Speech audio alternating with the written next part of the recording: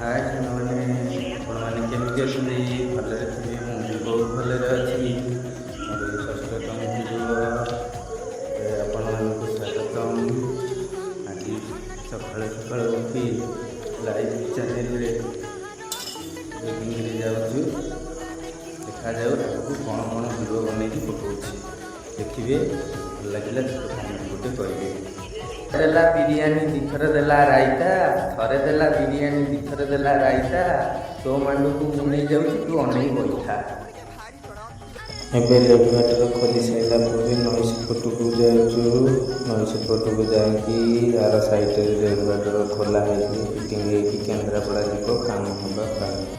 ସିଏ tail line ବାଗିଆ bridge ପଡ଼ିକିରି ଯେଉଁ ଗାଡ଼ର ତଳେ ଥିବା ଯା ଉପରେ ଉଠିକି ନଈ ଉପରେ ଥୁଆ ହେବ ବ୍ରିଜ୍ ବନେଇବା ପାଇଁ।